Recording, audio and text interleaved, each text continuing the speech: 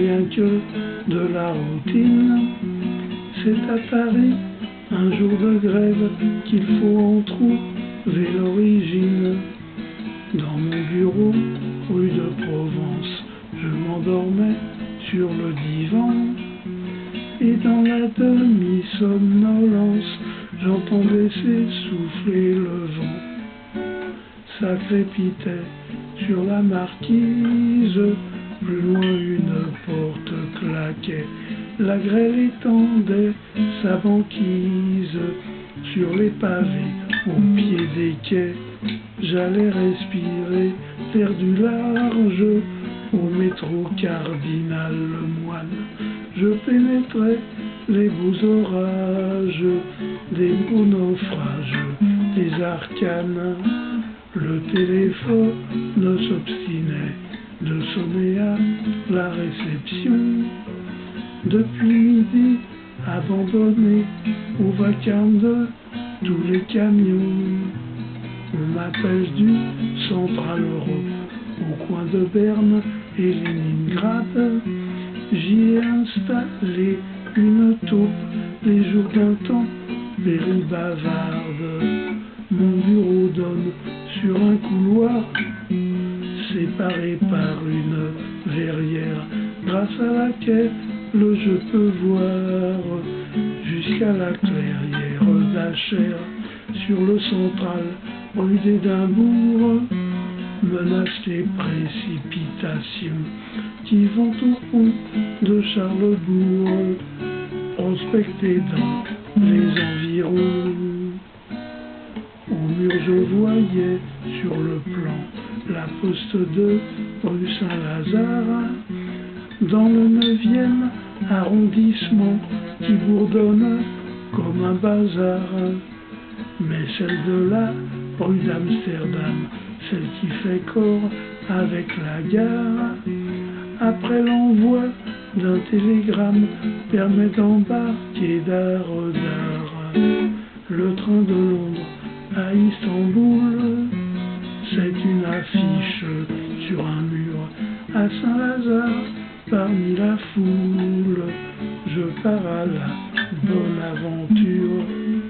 Des horaires j'en ai plein la tête, ceux du rapide de Deauville, Maison Lafitte, les jours de fête, on y respire la chlorophylle. Je suis seul à Porchefontaine, célèbre pour ses sauts de mouton, et aussi pour son oxygène que par leurs ajours nous goûtons. J'ai un agent dans la vallée de la Seine vers Saint-Germain. Il m'informe sur les allées et venues de tous les chemins. Dans un grenier en pleine ville, 6 rue Alexandre Dumas, on consulte les plans de l'île, de France en feuille, de grand format, vue du pavillon Henri IV qui domine la route des grottes. On peut voir la butte Montmartre et en bas le Pec et sa côte.